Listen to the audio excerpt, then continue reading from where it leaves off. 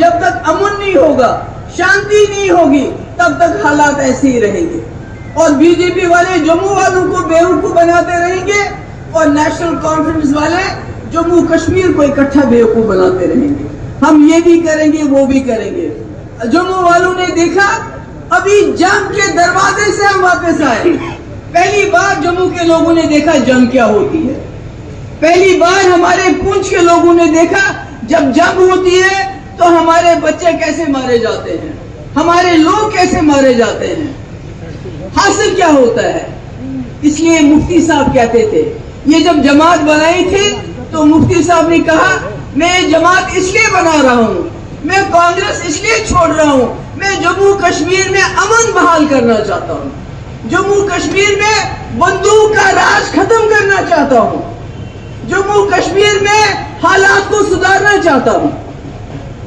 وہ صرف امن چاہتے تھے، مگر بندوق کی وجہ سے نہیں، سختی کی وجہ سے نہیں، بلکہ امن سے، امن کے ساتھ عزت کی بات۔ کیا ہوتا ہے؟ امن کے ساتھ عزت کی بات۔ مفتی صاحب امن چاہتے تھے، اور وہی امن واجپئی جی چاہتے تھے۔ جب واجپئی جی کشمیر آئے تو انہوں نے کہا کہ میں جموں کشمیر کی سمسیا کا سمادھان ہمسایہ ملک کے ساتھ حل کرنے کے لیے تیار ہوں۔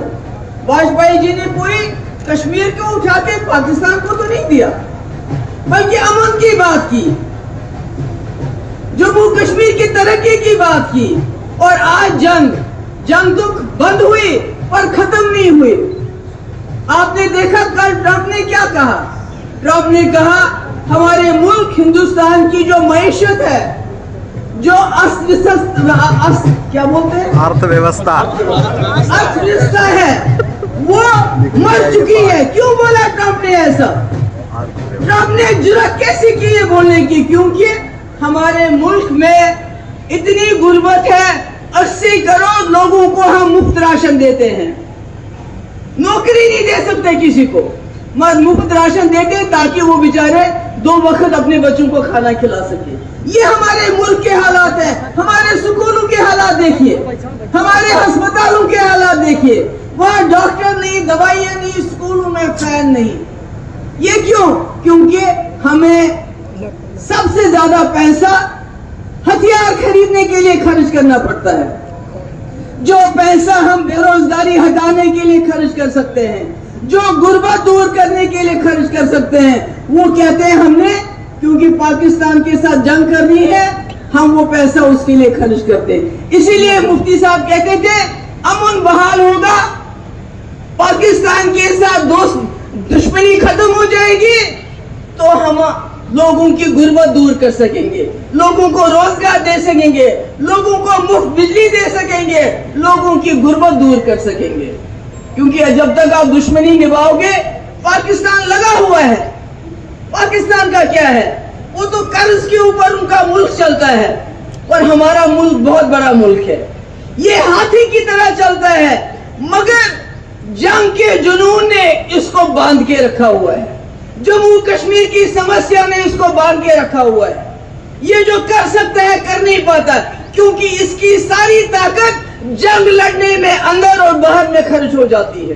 جو پیسہ ہمارے سکول کے لیے خرچ ہو، ہماری بے روزگاری کے لیے خرچ ہو، ہماری ماں بہنوں کی مشکلات دور خرچ کرنے کے لیے ہو، وہ پیسہ ہمیں ہتھیار خریدنے میں۔ اور اب کیا ہوا؟ اب ہم نے کہا جو ہی حملہ ہوگا ہم جنگ کریں گے۔ یعنی اگر کوئی بڑا ملک کل کو چاہے گا ہندوستان اور پاکستان کی جنگ ہونی چاہیے تو وہ کہیں کوئی دھماکہ کروا دیں گے کشمیر میں، جموں میں۔ کیوں؟ کیونکہ چین نے اپنے ہتھیار ٹیسٹ کرنے ہیں، امریکہ نے اپنے ہتھیار بیچنے ہیں، اسرائیل نے اپنے ہتھیار بیچنے ہیں، جرمنی نے اپنے ہتھیار بیچنے ہیں، تو کس کو بیچیں گے؟ وہ تبھی بیچیں گے نا جب ہندوستان اور پاکستان کی جنگ ہوگی۔ تو جنگ کرانا تو بڑا آسان ہے، آپ کہیں بم پھوڑ دو، جنگ ہو جائے گی۔ اس لیے میں آپ سب سے کہنا چاہتی ہوں، میں جموں کے لوگوں سے کہنا چاہتی ہوں، جو پی ڈی پی جماعت ہے یہ امن کی جماعت ہے۔ بڑا غصہ آتا ہے لوگوں کو جب میں امن کی بات کرتی ہوں۔ ہم لڑتے لڑتے اتنے کمزور ہو گئے ہیں کہ ہمارا غریب دن ب دن غریب سے غریب ہوتا جا رہا ہے اور 2-3 امیر لوگ امیر ہوتے جا رہے ہیں. میں ان کا نام نہیں لینا چاہتی, آپ سب کو پتا ہے ان کا نام, آپ سب جانتے ہیں ان کا نام کیا ہے, جو امیر ہوتے جا رہے ہیں مگر غریب غریب سے ہوتا جا رہا ہے. سب سے زیادہ بے روزگاری جموں کشمیر میں, شراب بیچنے والا باہر کا پلاتے جموں والوں کو ہے. ہماری مائنز جو غریب لوگ یہاں نکالتے تھے باجرا ریت اسے, وہ بھی باہر والوں کو, ٹھیکے باہر والوں کو, بے روزگاری جموں کشمیر کے لوگوں کے لیے. تو کیسے چلے گا یہ سب؟ اس کا علاج کرنا ہے. تبھی مفتی صاحب کہتے تھے جموں اور کشمیر کے لوگوں کو ایک ساتھ چلنا پڑے گا, بیچ کا راستہ ڈھونڈنا پڑے گا. جب مفتی صاحب نے راولا کوٹ کا راستہ کھولا, مظفر آباد کا راستہ کھولا, وہ کہتے تھے جموں سیالکوٹ بھی کھولو تاکہ ہماری باسمتی وہاں جائے. وہاں سے بندوق نہیں لانی, وہاں سے پیسہ لانا ہے, دشمنیاں ختم کرنی ہے. دشمنی سے کیا ملتا ہے؟ ووٹ. دشمنی سے ہم کو تو کچھ نہیں ملتا ہے, ہم کو لاشیں ملتی ہے, بچوں کی لاشیں, بڑوں کی لاشیں, جیسے پونچھ میں ہم نے دیکھا. مگر بی جے پی کو کیا ملتا ہے؟ ملک کے اندر ووٹ. ہندو مسلم کرو, مسجدیں توڑو. ابھی پرویز کو گولی مار دی, اس کے بعد ہمارا دوسرا ہندو بچہ وہ بھی, کیونکہ باہر سے بھی اب اتنے لوگ آئے ہیں, اتنی وہ گنڈا گردی کرتے ہیں, کوئی کنٹرول نہیں ہے. ابھی تک اس سال میں ٹرائبل کمیونٹی, گجر کمیونٹی کے آدھا درجن لڑکے جو ہیں وہ مارے گئے. کشمیر میں, کلگام میں, یہاں کیوں ہوتا ہے ایسا؟ بھئی ہم جموں کشمیر کے لوگ تو ایسے رہتے ہیں, ہندو مسلمان سکھ عیسائی.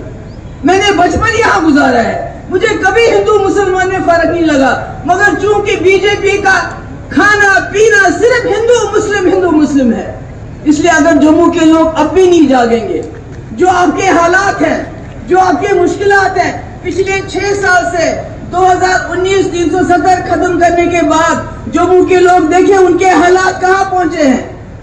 میں نے کہا کشمیر کی بات سب کرتے ہیں, بدقسمتی سے یا خوش قسمتی سے. امریکہ میں کشمیر کی بات ہوتی ہے, ملک میں کشمیر کی بات ہوتی ہے. جب بی جے پی والے کہتے ہیں ہم نے 370 ختم کیا, اور جموں کی بات کون کرتا ہے؟ الیکشن کے بغیر جموں کی بات کون کرتا ہے؟ مجھے بتاؤ. آپ اپنا حال دیکھو, ہمارے کسانوں کا حال. ان کو آب پاشی کے لیے پانی نہیں ہے, کوئی پوچھتا نہیں ہے. ہمارے یہاں ڈرگ ایڈکشن اتنی زیادہ ہے, کوئی پوچھتا نہیں. ریڈی والا بھی باہر سے آ گیا, آٹو والا بھی باہر سے آ گیا, ٹھیکیدار بھی باہر سے آ گیا, نوکری میں لوگ بھی باہر سے آتے. تو جموں کا جائے گا تو جائے گا کہاں؟ اس لیے آج میں آپ لوگوں سے یہی کہنے آئی تھی کہ جموں کے اور کشمیر کے لوگوں اکٹھے ہو جاؤ. پیٹ بھوک سب کو لگتی ہے, بے روزگاری سب کو مار رہی ہے, اور پی ڈی پی کو مضبوط کر کے اس پارٹی کو, اس کی ممبرشپ کاٹ کے اس کو آگے چلاؤ. آج یہ ساری جو میرے لوگ ہیں بہت محنت کی ہے سب نے. آج میں ان کو مبارکباد دینا چاہتی ہوں. جو یہاں کے لوگ ہیں, راجوری پنچ سے آئے, ڈوڈا کشتواڑ سے آئے, سانبا سے آئے, کٹھوا سے آئے, ڈوڑا سے آئے, جہاں سے بھی اپنے جموں اربن سے آئے, میں آپ سب کی شکر گزار ہوں. آپ آئے, آپ کو پتا ہے مجھے زیادہ بولنے سے دقت ہوتی ہے گرمی میں, اور آپ لوگوں کو بھی گرمی لگ رہی ہے. مجھے امید ہے آپ لوگ یہاں سے امن کا, شانتی کا میسج لے کے جائیں گے, کیونکہ یہ پارٹی مفتی محمد سعید صاحب نے امن اور شانتی کے لیے بنائی ہے. اور جو ہم نے کر کے دکھایا وہ کسی نے کر کے نہیں دکھایا.